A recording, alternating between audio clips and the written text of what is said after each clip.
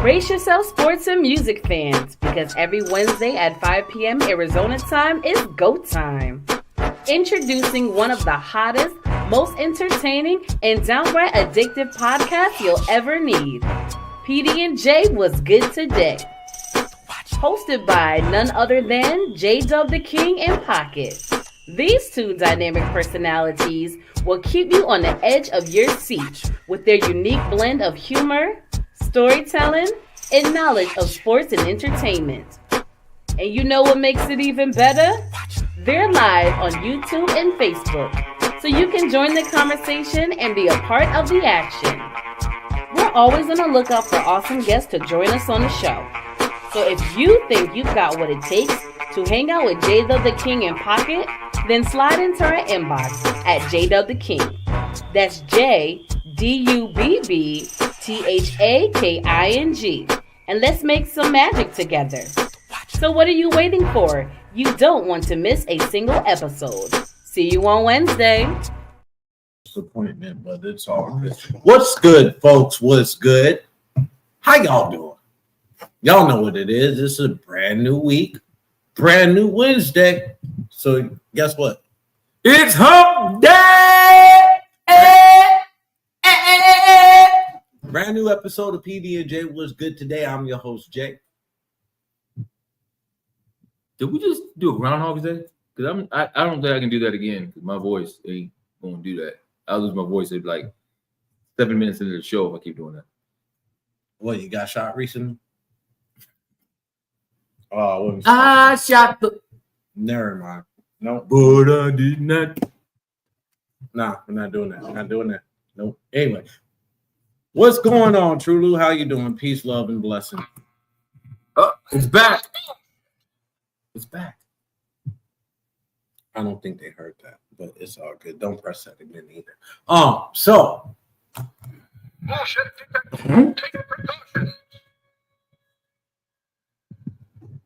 That actually leads me into the topic of conversation today.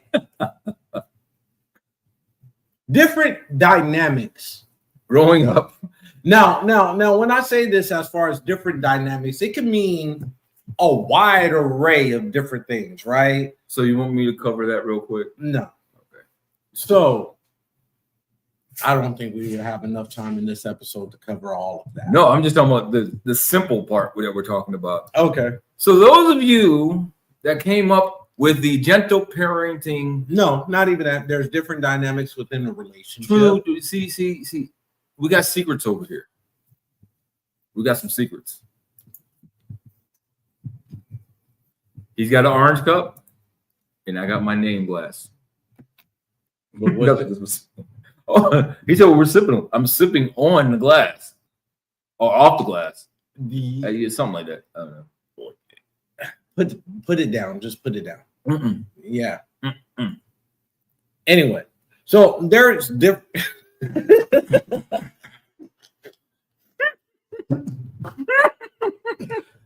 There's different dynamics within relationships.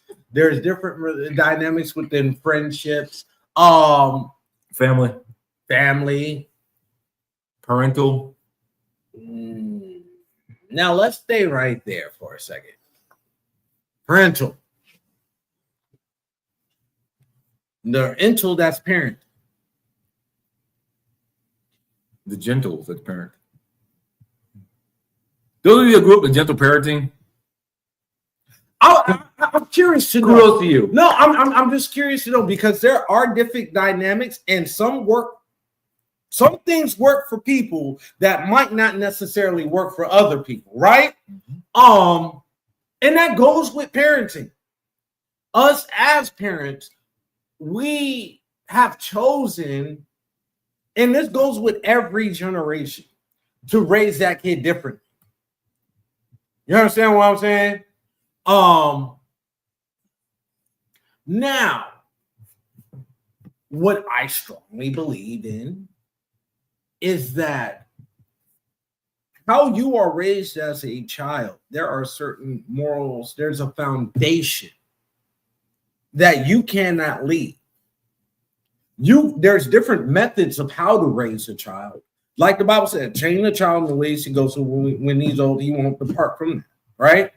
And based on how that child is raised, is how that child's life is going to be, and how he would raise or she would raise their children as well. Now, I said all that to say this. The way I was raised, I'll be damned if I cuss my mom or my father. I'll be damned if I'm 12 years old sitting back talking about, fuck you, mom. Leave me alone. I'm not eating right now.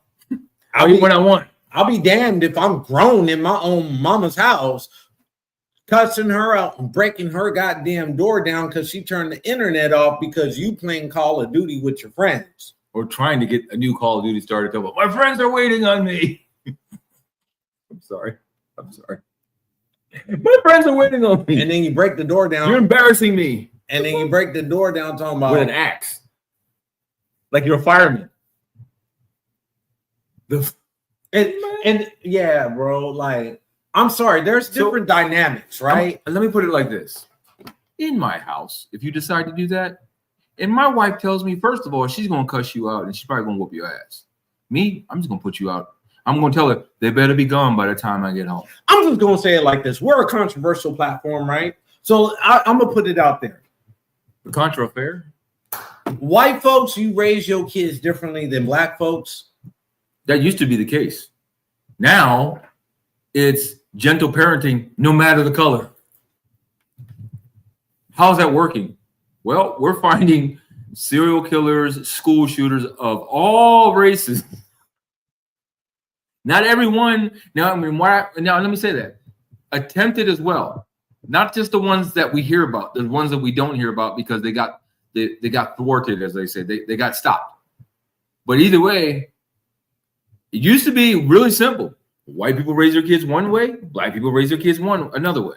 Now it's more or less there's a blurred line. And we started finding out how Mexicans raise their kids, which was similar to how the black people were with the Sean Club.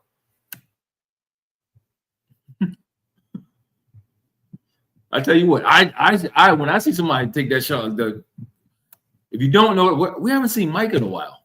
Here's the thing about it. I'm gonna tell you like this. Growing up as a kid, I'll be damned if I show my ass out in the goddamn department store. Don't you go hiding in clothes racks. You did. Because at the end of the day, when you go and get your ass whooped in front of everybody in that store, you want to show out, she going to show in. And she's going to show out with you. And the thing about it, don't let somebody say, you can't do that, bitch, you're next. Welcome to society of narcissistic. Oh, yeah, that's exactly right. Mike Burger right now. You got to tell him we shooting out for him, man. We're going to have, well, I ain't doing no overnight show. I was about to say, hey, we get no. Sorry, Mike, we ain't doing that. So when you rewatch this, just let us know you still doing good, man. That's all. Make that money. Shoot, that's probably double time, isn't it? Overnight, something like that, double time. I think that's how that works. Pay. Because I know, like with night work, they pay you extra. Depending on what you get, but it's not double time or nothing like that. Nowhere close. I think it's time and a half. That's what I was trying to say. It ain't even close to time and a half, bro.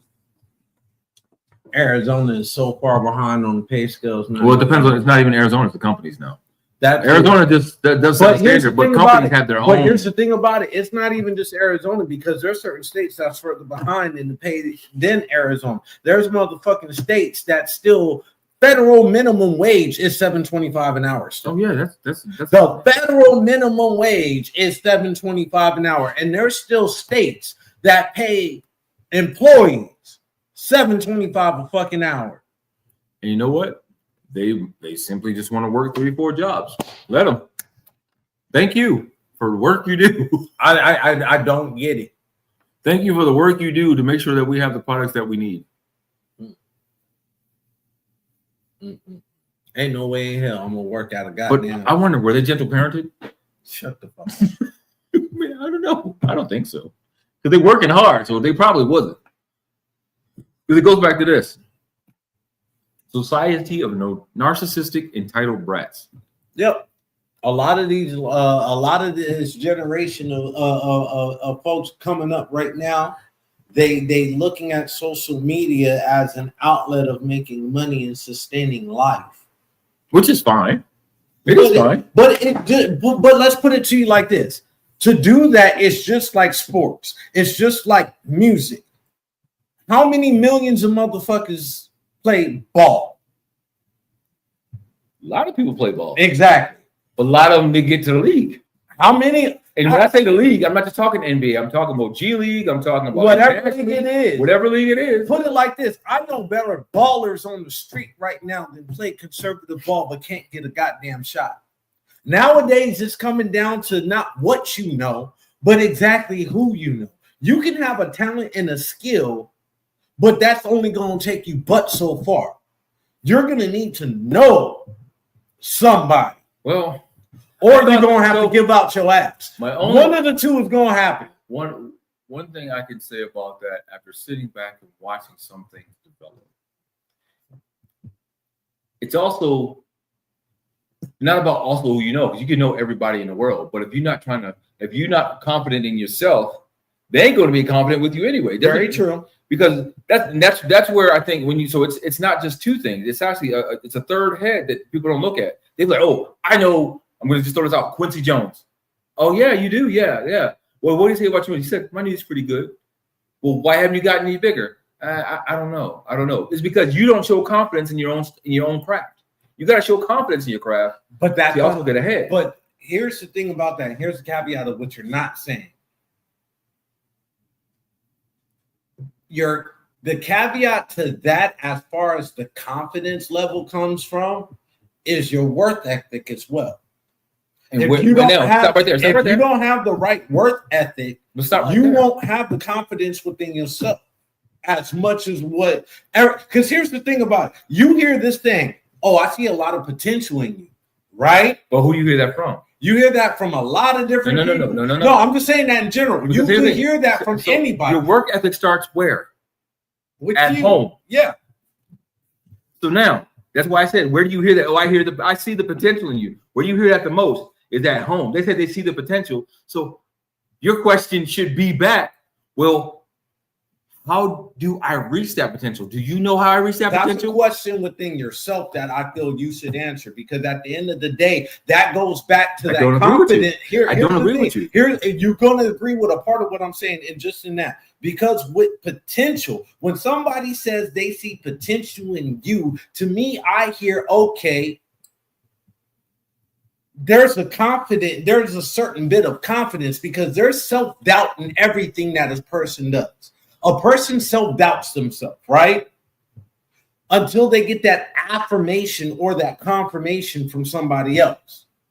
Now, when I hear somebody say, oh, I see the potential in you, I haven't fully reached my confidence level to aspire to their potential of what they see.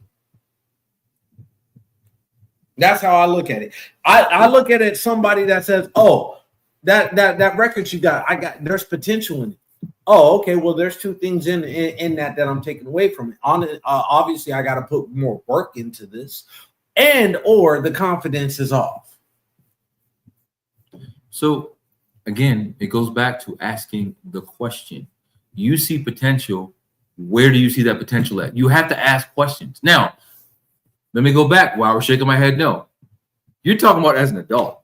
People see that in kids. So, as a kid, only thing you're going to do is keep doing the same stuff over and over again, because you see that light in somebody's eye. And we see that in 50-year-old adults right now.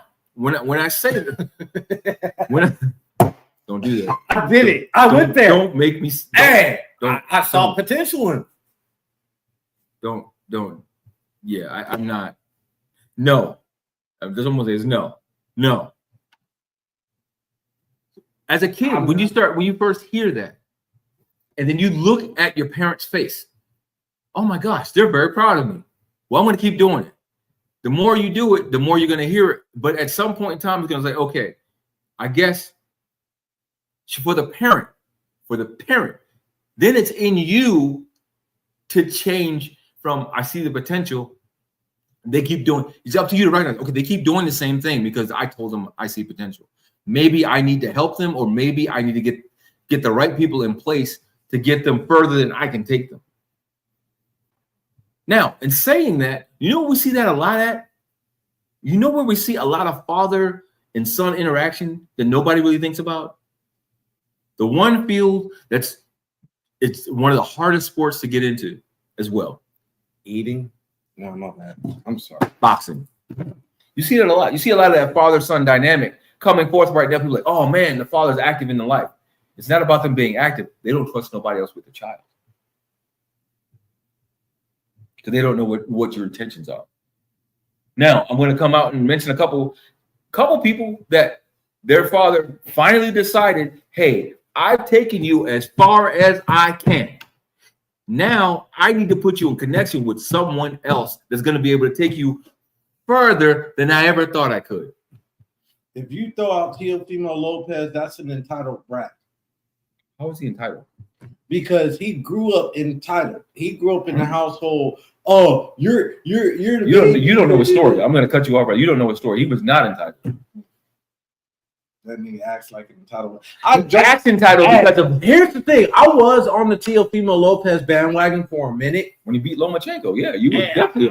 and there was just a chain of events that started to happen. I'm like, all right, I'm Bingo. That's the Williams sisters. Why is it?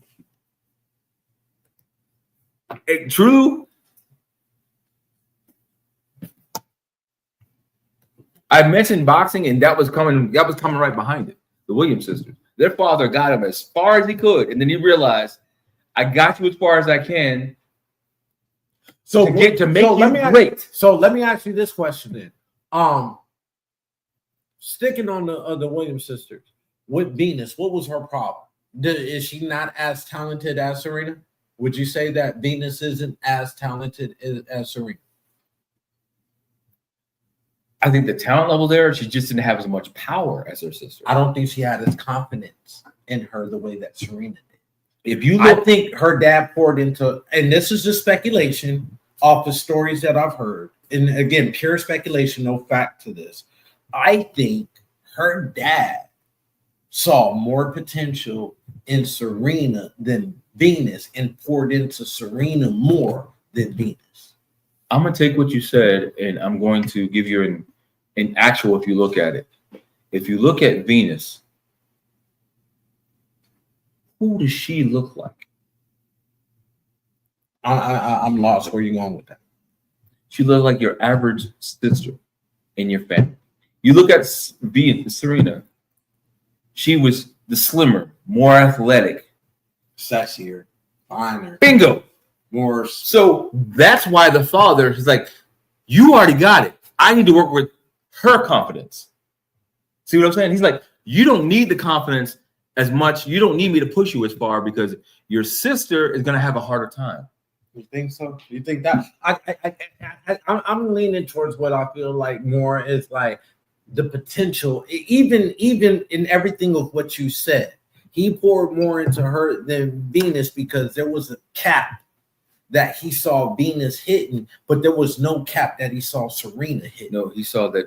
Well, you can say the cap, but what I think he saw was, if I keep pushing Serena, she's going to surpass what anybody thinks. Venus, you're already going to get where I think you're going to go. You got the looks, the body type, the demeanor. You're good. I need to push your sister further because she's going to have a higher ceiling. And the thing about it, let's be real, the Williams sisters grew up in a strict household. Did they? You know what I mean? All three of them, and I say it's three of them because the one was murdered. Yeah. So, all three of them. And the thing about it, a lot of people want to say the way that you're raised is a product of your environment, right? Mm. I would agree with that to a certain extent because you got to learn how to move. I'm sorry. You got to move. You got to take that back. I take that back. He's actually, he's right with that. The way you're raised is a factor in the product of your environment. It's a big, huge factor because guess what? That's where your morals come from. Correct. So when your morals, they come from how you were raised. That's exactly where that comes from. Correct. People don't necessarily believe that, but a lot of your morals the basic morals. I'm not talking about color principles, and that's a whole other topic. I'm not. I'm talking about, and then say color. I say color. And I'm principles. not either. I'm not even either. Let's just say that the type of person that was raised in Malibu versus the type of person that's raised in Maryville. Don't stay in California. Let's keep it that way. Compton. Malibu, that's where I was going to go. Malibu versus Compton. Or Glendale. Glendale's another part of California. It's not. Or let's just say LA, period. Let's be real. Like, you got to think about that. The somebody made in Malibu ain't going to push themselves as far as somebody raised in Compton. Somebody raised in their morals is different. Venice. Somebody raised the way in they got to move is different. The way you walk around in Malibu, you ain't got to worry about getting home safe at night the way you got to do in Compton. But the whole thing is, or Inglewood, what the whole thing is, what you got to think about this: you're not trying to get out of Malibu. That part. So you don't push yourself as hard and make more effort because you don't need to. And there's only two type of people that I see in the hood. One, motherfuckers that's trying to get out the hood, and two, motherfuckers that's trying to make the hood better for everybody. So there's only two types in the hood that I see. Either you got the one type that's trying to get out. So you don't see the ones that just trying to keep the same shit going. No, because everybody grinds for a purpose and a reason. Yeah, but some people, their purpose is to keep the same shit going all the time. Some people are soldiers. I don't fuck with soldiers. But you just said you don't see them. So are they? Because I don't associate with them. But that's bosses in general. So the whole thing is you can associate with who you want, but you have to acknowledge what's there. If you don't acknowledge what's there, that's a whole nother issue. That's a whole nother dynamic of a group of people that I want to reach out to, because those are the blinded. In my opinion, those are the ones that are blinded, that just go with the system. They're like bots. Do what they're told. What do they call them in games? What do they call them? NPCs. Yeah, NPCs. Exactly. You feel me? NPC, for y'all that don't know, is non-playable character. Okay, so don't. We don't want to lose y'all. I'm just trying to relate to, because we have a dynamic of a crowd that watches, so we want to make sure we hit everybody. We stream on Twitch. It's like the movie Free Guy. He was yes.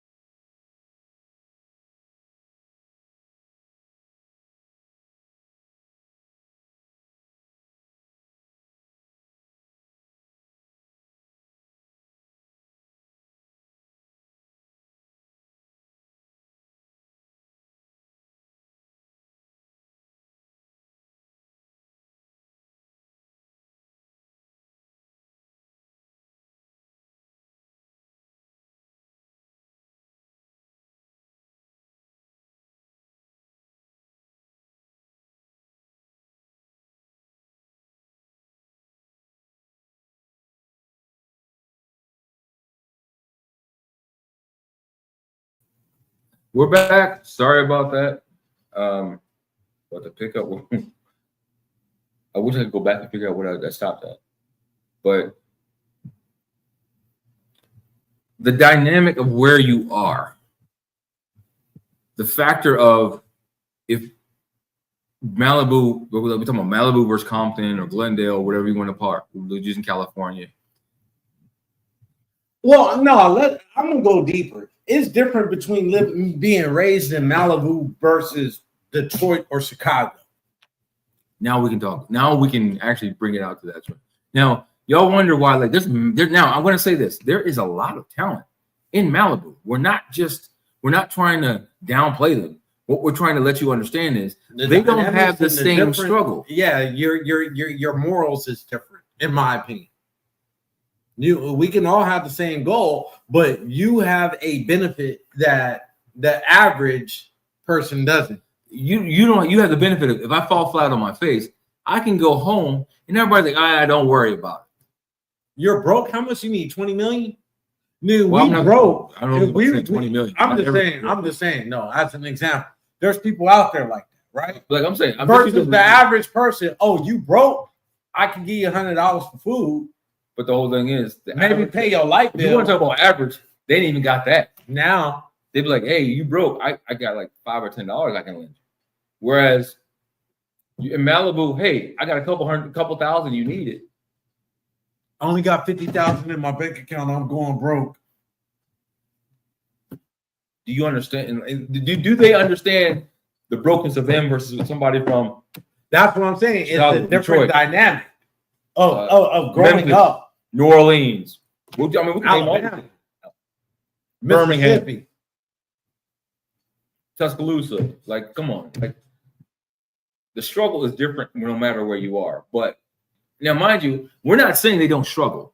To them, that's a struggle. Till they see somebody else from a different dynamic, they're like, "Oh crap, damn! Well, I ain't got it so bad." Either way, I'm still struggling compared to my high school friends that went to Malibu High. Keeping up with the Joneses. And that's the other thing. It got to a dynamic. The way I grew up is like, my mama was straight up telling me, I don't give a fuck about your friends and how they was raised. You my child. You understand what I'm saying? And that came from a lot of black households. Now, we in a generation where everybody wants to keep up with the goddamn Joneses. No, this is a generation we're in. Well, it's not. There we go. The narcissistic, entitled brats. But follow what I'm saying, though. And social media has an influence on this because y'all are following broke motherfuckers online. I hope y'all realize that. Them motherfuckers ain't got no money. Most of them. The motherfuckers that's out there. The brand sponsorship they have is because they pay to get that. I got boxes at my P.O. box. Oh, really? There's a few that do honestly make a good living off of this shit, 6 right? figures. I mean, there's some people that's out there. But majority of these motherfuckers that's flossing, talking about I'm in a private jet or my boo just cashed me out. Them niggas is broke. And here's the thing. You know what I like to say? When they're streaming and they're saying that stuff, look at the body language behind them. Or look at the place. They ain't got no furniture or they staying in the air. I'm talking about like when you're in the private jet, look at the body language behind them and that'll tell you everything you need. Half of the motherfuckers just taking a tour on a private jet. Bingo. That bitch ain't even took off. And you'll see the crew walking in, rolling their eyes, like, oh, here we go again. Bingo. It's the difference between somebody trying to make it out the hood and somebody who was born with a silver spoon in their mouth. Well, actually, technically, it was a platinum spoon, but it's been downgraded again. It went from silver to platinum back to still silver. But I'm not going to go there. I'm not going to go there because you truly know exactly what I'm about to see. Silver is the most durable, lasting thing in the world. That parable should say gold. You want to know why? You want to know why I should say you're born with a gold spoon? Because gold is one of the weakest. And I'm gonna leave it at that. I'm not gonna go there. I'm gonna save that. I'm not gonna go there. But if I was born with a silver spoon, I'd be proud of it because you know why? That means I'm in a sturdy part. I'm gonna say this. For the last of us latchkey kids that's out there, I salute you. I salute you. Latchkey now is just you gotta put a code in your door to get it. Our generation of latchkey kids, we are literally the last of a dying breed. And we're dying fast, but that's a whole That's a whole nother topic that we'll get on. But at the end of the day, nigga, we would be outside, be home. Wait. Stop right there. Be outside, but you better get your ass home when that light comes on. That part, or street before, light. or before. You better be in the house before that street light comes on. And if I ain't home, you don't open that door for nobody. I don't care if it's Jesus Christ himself. You remember that? Yeah. Oh my God. Don't open that door. Man. You better not answer either. You better like you're not home. I don't care if you're sitting in the kitchen and they can see you. You better not turn around and look like you see them. Flashbacks? Hell yeah. Do I miss it? Yeah, I do. But the whole thing is those values that we had. We stayed safe though, bro. That's what I'm saying. The values that we grew up with, what happened? We stayed safe. Why does everybody want gentle parenting? Why does everybody want to be, oh, it's okay? Why does everybody need a participation trophy? I'm gonna tell you right now, gentle parenting is what it don't work. It's getting your kids fucked up. Those are the ones that's getting kidnapped. Those are the ones that's being sex trafficked. Those are the ones that we pimping. And when I say that is because every man got one thing goes for a broken bitch. You forgot one thing. Especially if you ain't got no dad in the household. But no, you forgot one major thing. What's that? You mentioned a lot of the stuff that happens, but one thing. Those little ones that are now taking weapons to school.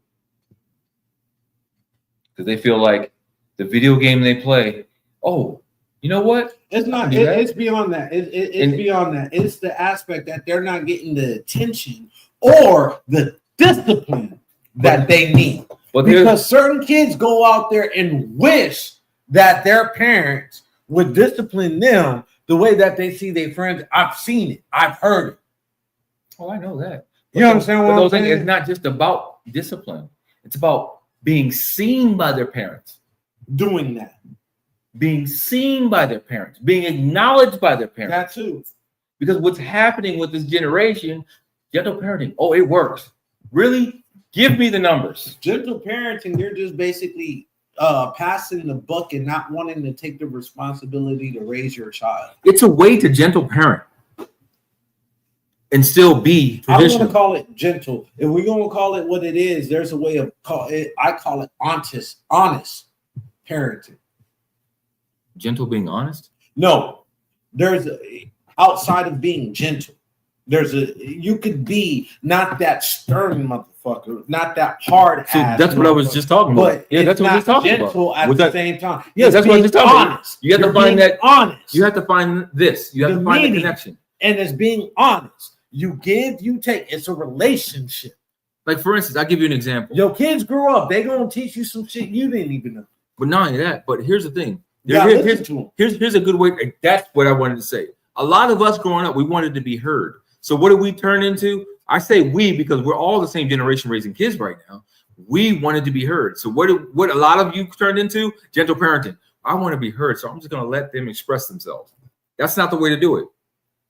You can hear them and still be to do it. You can hear them and still be traditional. There is a way. I tell my kids all the time. There's a time and a place for everything, and there's a way to do it. Just like throwing a temper tantrum. How are you going to be 25 years old living in your mama house without a job? And then get mad when they turn off the internet. And say, why did you turn off the internet?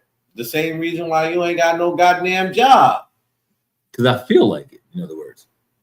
You ain't got a job because you feel like it. But now, what does that say about the parent? That means you enabled this for how long? And then you want to cut it off now? And then now all of a sudden you want to cut it off. My mom said, say what you got to say, but there you go. That's exactly right. And a lot of us didn't have that option. We couldn't say what we wanted because as soon as we open our mouth, you better not talk. We got to bust your lip. Yep. Yep. We're going to switch out the free. We got to belt the boot. Granted, you know what I mean? I'm not going to sit back and say I was always like that, but it was one of those type of situations where if you're wrong, you're wrong. And I'm not going to let you justify that. You're wrong. You're gonna have to eat this one. It took me and a hard head make a soft ass. Took me a long time to learn that lesson. Took me a long time to realize I self-sabotage my own self. You understand what I'm saying? This is from Trulu, y'all. Everything we're talking about is from Trulu. Nobody else chimed in. Feel free. It's open to comments.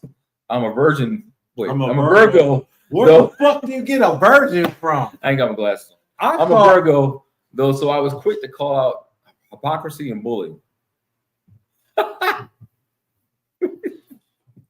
Trulu, I hate to tell you, but my parents would beat it out of me for me to call it out. Beat it out of me before I could call it out. They knew I was going to say something. Just like right now, I think I relish in the fact that I'm an adult. My wife is a perfect example. Last night, we go to a restaurant, or not a restaurant, fast food place, and I turned around. These two people looked exactly like Gru from the Minions. I turned around like, so where's the rest of the Minions? And she's like, see, I can't with you. I was like, and I thought about, and I'm thinking about now today, I'm like, I'm able to have that outlet because, one, I'm grown. I need you to stop right now, and let me just have a clarifying moment with people. You know what I mean? I normally see my doctor at the beginning of the year, get my annual checkup, shit like that, right? Well, my blood work a few weeks ago, about a month and a half ago. Wait, hold on, before you say it, does your wife know this already? Yeah. Okay, go ahead. Came back at a little bit abnormal, right? So it wasn't at an alarming rate or whatever case may be, but they wanted to follow up and do some blood work later on. Well, I had some blood work done this past Monday. Okay. Yesterday I got the results because you got a portal, they upload that shit fast as fuck. Not only, and this was what caught me off guard, not only did they upload the portal, but I got a phone call from the MA. And they're like, yeah, the doctor wanted to go over some things and kind of bring you in or try to schedule an interview, this or appointment, this, that, and everything else. But here's what's going on. We got to do some follow-up because your blood work at first, it looked like you had a viral infection, but now the blood work looks like it turned into a syndrome. And I'm like, well, what kind of syndrome? Like, what's going on? This, that, and the third. They're like, well, we got to get you in and do some follow-up. But we think you got the I don't give a fuck syndrome.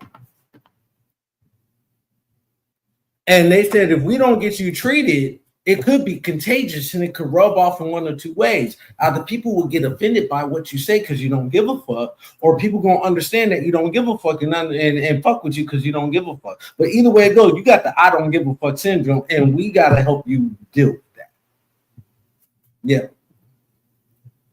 So my concussed brain is like, what the hell did you just say? The concussed side of your brain. The concussed brain says, what the hell are you talking about? Normal side is like, are you trying to pinpoint me? You're not giving a damn about stuff? Hey, apparently I got it from you then. Oh, no, it's not contagious. It's contagious. Tiffany, Renee, hey, I need y'all to get in the comments. It's not contagious, is it? Because y'all been around me too. If it's contagious, you heard my y'all gotta deal with it. You heard my wife earlier today, right?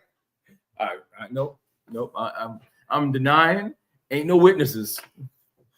Her phone broke. She can't message. Oh shit. Oh, my coworker trying to process what you just said. You know what? Go back and watch it. You'll understand. No. I know she. You and your husband. She don't know me, so she don't understand my personality. Hush. You and your husband. Hush. I'm trying to talk. You and your husband cannot touch the keyboard. Sit in your hands for 20 minutes. 19 minutes. You got to sit in your hands for 19 minutes. Oh, he about to go out. Yeah, they don't know my personality, so they don't understand it. But yeah, the I don't give a fuck syndrome. Look it up. It's something real. It's not contagious, y'all. You ain't nobody get there. Hey, you gave that shit. Ain't nobody. Hey. And it happens after you go through a traumatic experience. They want to kind of label it PTSD, but it's I don't give a fuck. The same letters, isn't it? That's the same letters, isn't it? Is it? Fuck you, Pocket. Fuck you. PTSD. Get away from me. I don't Get away. No, it worked. It worked. That worked, right? No. True, that worked. I don't give a fuck. And PTSD. No, but going back to the same letters in there somehow. But going back to what we were talking about, as far as, and the crazy part about it, in more interracial couples, I don't see the bullshit. And you know what I mean by when I say that, right? No disrespect to nobody out there, right? I'm really not trying. What he's trying to say, he's trying to use me and my wife as an example. Not just you and your wife, but there's others. There's others. It's like I dated women in interracial relationships, right? Yeah. Okay. My little sister had the syndrome. I know what I guarantee you she be saying some outlandish shit. I don't say nothing outlandish. Don't look at me like that. Stop. The camera's right there. That's just you need to look there. Look at me. Oh. I don't say nothing outlandish. If it strike you down. It's not outlandish if it's the truth. Cut your ass. It's not outlandish if it's the truth. Think about it. Anytime I've said anything that y'all thought outlandish, when you go back and think about what I said, you're like, it was tomfoolery. No, I don't think tomfoolery.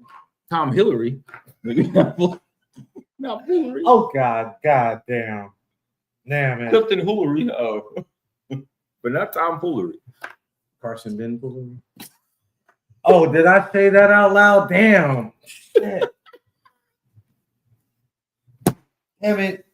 But you know, it just, and what's funny is they say opposites attract. When you talk about interracial relationships, and I think we're seeing more prevalent relationships like that because opposites do attract. Now, not just, and when I say interracial, y'all got to get out of the bucket of thinking black and white. There's more than that. No, I'm talking about like interracial period. Interracial period. But here's the thing about it. When it comes down to an interracial relationship, if there is Caucasian persuasion involved in that, right? That is not the dynamic of the foundation of what's race. That's not the disciplinary code. It's always because you always see a Caucasian with a black dude or a black girl or Mexican or Arab or whatever, right? Korean, whatever. But you never see that discipline there. It's always the morals and values of the non-white that's dominant in that household. Because they're like, well, I believe that works. They've seen it work. I'm just saying, white people that say, Timmy, go sit down in the corner, that shit don't work. Because little Timmy gonna pick up a gun. Now, when you hear... am I wrong? Somebody... My viewers that's listening out there, am I wrong in what I'm saying? Like, please help me out. I see this every day. Facts are facts. I see the numbers. We see the numbers. Am I wrong? What I think it boils down to, it's the tone. Because here's the thing. You say, Timmy, go sit in the corner. You use the Timmy, get your ass in the corner. He's already there with no chair. Not only that, and there's a difference between being disciplined and abusive. No, that's the key. There is a line, but now what has to be looked at is how. Facts. He's gonna sit his ass down. So pretty much, if those of you that are driving and can't watch, says no man, if Timmy got hood parents, he going to go sit down. He gonna sit his ass down. Got another one says, I agree, you better bass up that voice. I do. See? So, and what to think about that, you got different things that work. Now, yelling doesn't always work. And you yell too much, it falls on deaf ears. Correct. But the thing is, when they hear you calm, they get real scared. That part. They're like, oh, yeah, because they'd already seen you at your tipping point. Mm-hmm. And what they thought was your tipping point. Exactly. Now, all of a sudden, you change how you do kids things. Will try you. Kids will try you. It's the older they get, the more and more they will try. You know what's hilarious? So my wife and I just talked about this the other day when we were in the car going somewhere about our little See nephew. Here's the thing about that. Kids with the look have them immune like cockroaches to fucking pesticide. The shit don't work. You give the kid the look, they just look at you back the same goddamn way. I don't know what household you in. I'm just saying, in the dynamics of what's going on in parenting right now, kids are doing that. Depending on the household. Correct. That part right there. Yeah, that's exactly. You know what? You're exactly right, truly. What's funny? What we were discussing with the 25-year-old at home. It's mama. Boys will always test mama. I don't think. Well, see, here's the thing. Going back to that, I never tested my mama. I always tested my father. Because I did test him. My mother was more the disciplinarian one than my father was. Growing up, it was like we bonded, but the bond wasn't necessarily of discipline and structure. It was more so, hey, you better do what your mama say you do. Because ultimately, what it boils down to, if he raises his voice, it's game over. If he has to step in, it's game over. But unfortunately, how I was raised and brought up, it don't matter what mama. If mama told me to do something and I went and did it after she told me, I still got my ass whooped with dad because dad was like, "Well, you didn't listen. Mom shouldn't have to tell you." I'm like, "Well, I didn't know." I did test my mama though. That's real talk. I think it's a million to test a female. Yeah. To see how strong they are. Now, Paige says her kids don't test her. She give them the look and she says they know. Kudos to you. Not every household got that. That would say not every household like that. Because you got a household that you'll give them the look and say, "Timmy, go sit down. Shut the fuck up, Mom." Am I lying? I'm gonna tell you all something that happened in our house one time. So I'm not gonna mention what kid it was, but they tested my wife, and I was sitting back. I stood up, turned around. I said, "No, the fuck you didn't."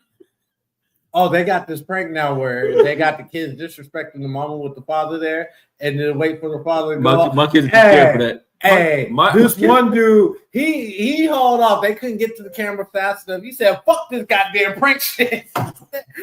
He got it all there. I'm tired of the disrespect shit. All that. I'm like, hey man, handle your business, bro. It's your household, king. See that part. This part right here. I spent a lot of time with my grandparents.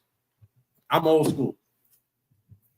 And this here, then mom shows us that she's crazier than pops. Then we decided to leave her alone. You're right. Yeah, because mom would shoot and stab pops just to show an example, a strength of forward. So I'm gonna give y'all.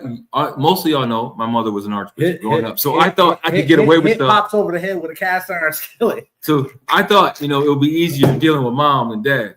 Well, let me tell you. I'm gonna give you all this incident. I think I told you about this with the paper towel roll. I told you about that. Yeah. So mom told me before school, don't go to practice, don't go over anybody's house, come straight home. So I didn't go to practice, but I went over to somebody's house. Decided I won't play video game. We was playing Mike Tyson's Punch Out. Never forget this. Knock at the door with the house we're at. My sister is at the door. I go move. I move fast enough because I was in the middle of the match. She saw me, so she says loud, "Hey, is Pocket here?" My homeboy was still looking out for him. He's like, "Nah, he ain't here." So I'm looking where I'm thinking she can't see me. She's like, "Well, if he is here, you better hurry up and get home. Me and mama left, and we know what time school ended. We know what time the bus dropped off. So you better hurry up and get home." Okay. Close the door. They looked at me, "What you gonna do?" I was like, "Man, let me finish out this match."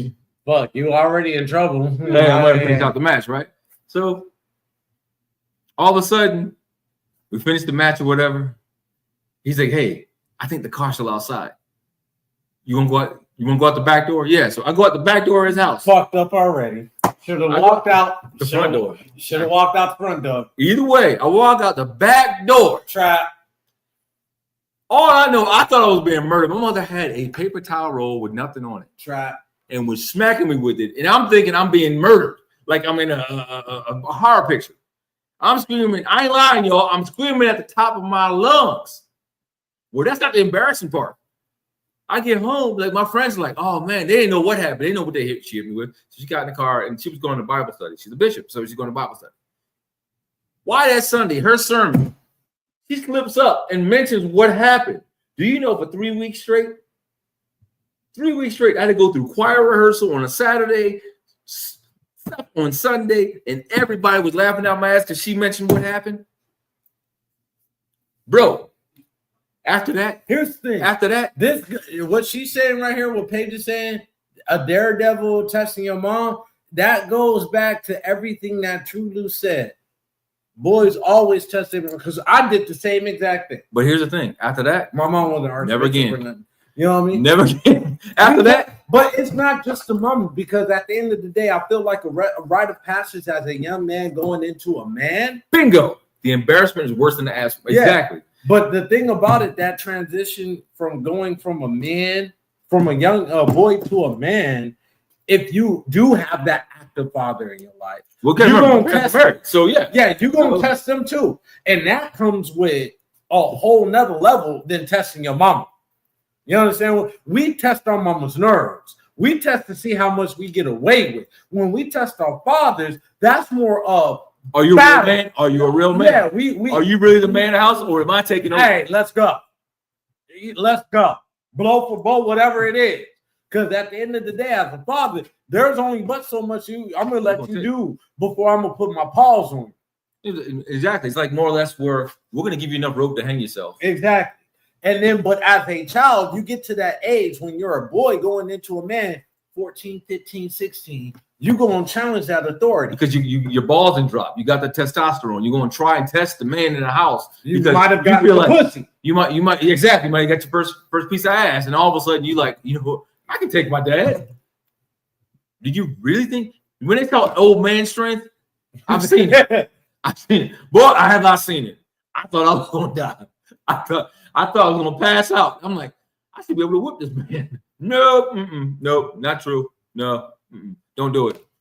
Now, I'm quite sure a lot of y'all going to show this to you're going to show this to your kids. And they're like, I'm just calling CPS. Good luck. Right. Good luck. Try it. More power to you. God bless you. Heaven smile upon you. You ain't got a chance in hell. Because what's going to happen? That person from CPS is probably going to show up and dealt with that.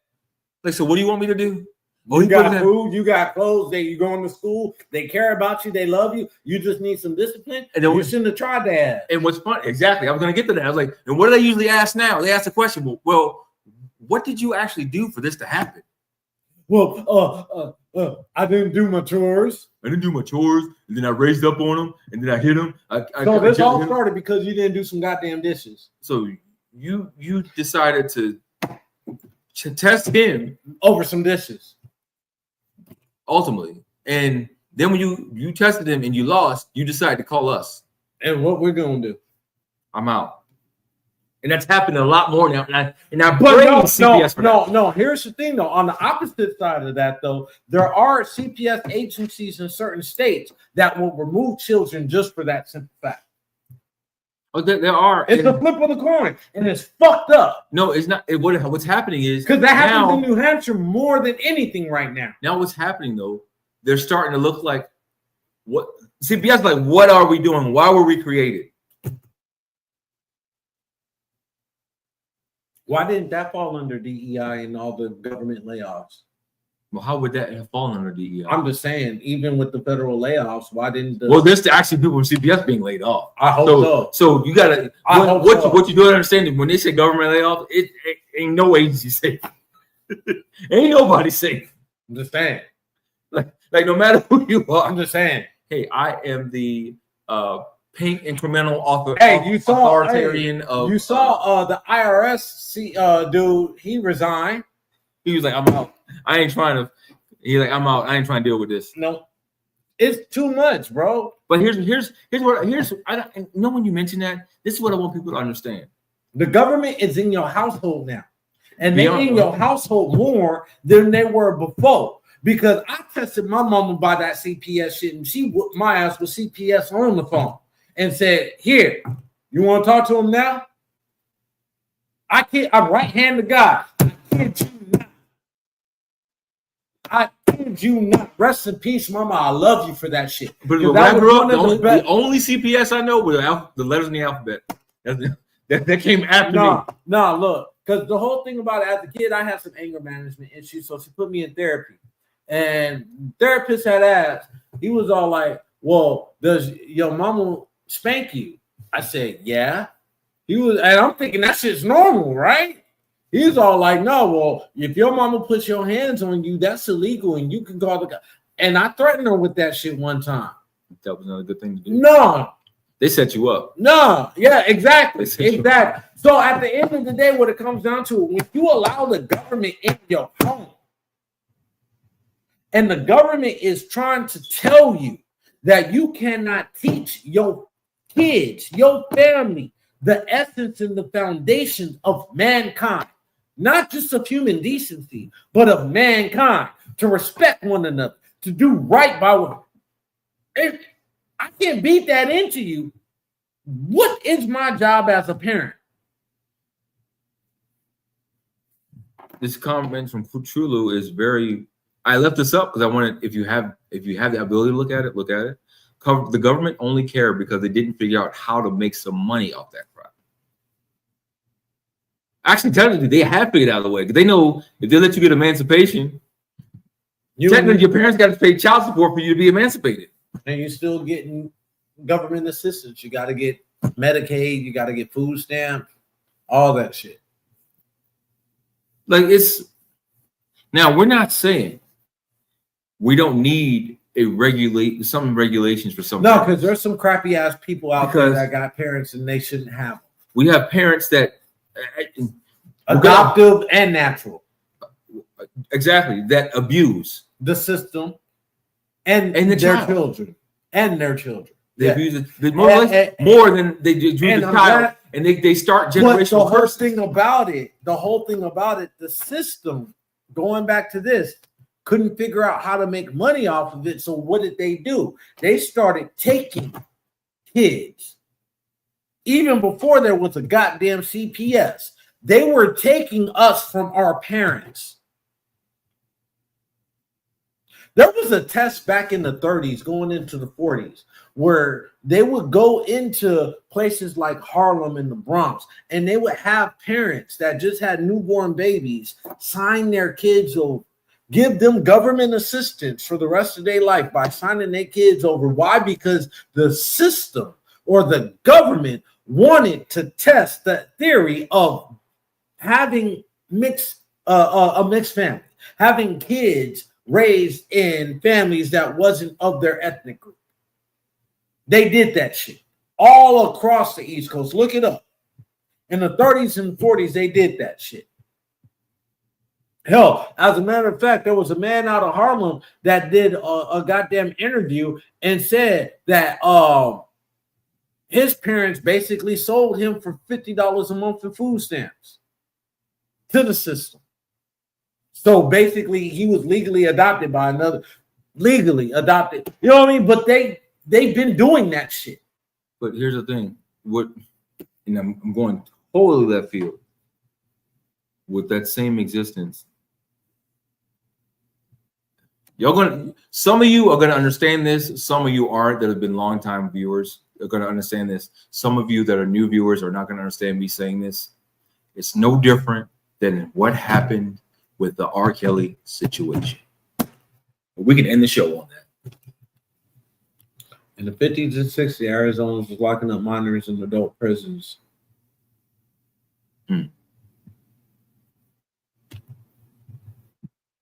Think about that. It's no different. That's why when it came to the conviction of R. Kelly, they got on RICO charges for transporting minors for sexual favors across states. They never went after him for technically sex trafficking, because guess what? The kids were sold to him. Long story short, the kids were sold to him. All those girls were sold to him, but they never went after that because they knew they went after him for that. They'd have to go after the parents. So what did they do? They modified the charges where it did not include that. Transporting minors illegally across states, which is why now it's back in court because, well, if you charged him with that, how could he do that without consent of the adults when they actually signed their children? And I don't want to dwell on that. That's a whole other topic of conversation. But think about that. People are saying, "Oh, this all this happened to him." We gonna wrap the show up like this, bro. I'm gonna say this right there. Although we respect as a platform, as people, we respect everybody. We respect all cultures. I don't respect everybody. Molesters, don't respect them. We respect all cultures. We respect the human being. We respect a lot of people. We are an informative platform. But here's the thing about it. I respect Don't you. bring no kids around me if they on some bullshit. Because I am one of them motherfuckers where I will beat your kid in front of you in my house if they disrespect me in my house. And we can end the show with that. In other words, we love you guys. We'll see you next week. Tune in. Don't bring them to my house. Oh, you know what we forgot to say? Shout out to ass. UConn women's team and shout out to Florida men's team. Fuck Florida. I'm gonna beat their ass. You ain't beating a goddamn thing. Not them big ass niggas, but anyway, man. What the fuck? Why y'all always put me on blast like that? Just because they bigger than me don't mean shit. Are you a business owner or someone looking for more ways and avenues to advertise and promote? Look no further. Contact us today for an advertisement. Email PD&J Media Productions LLC at gmail.com for more info. Promotions are everything. What are you waiting for?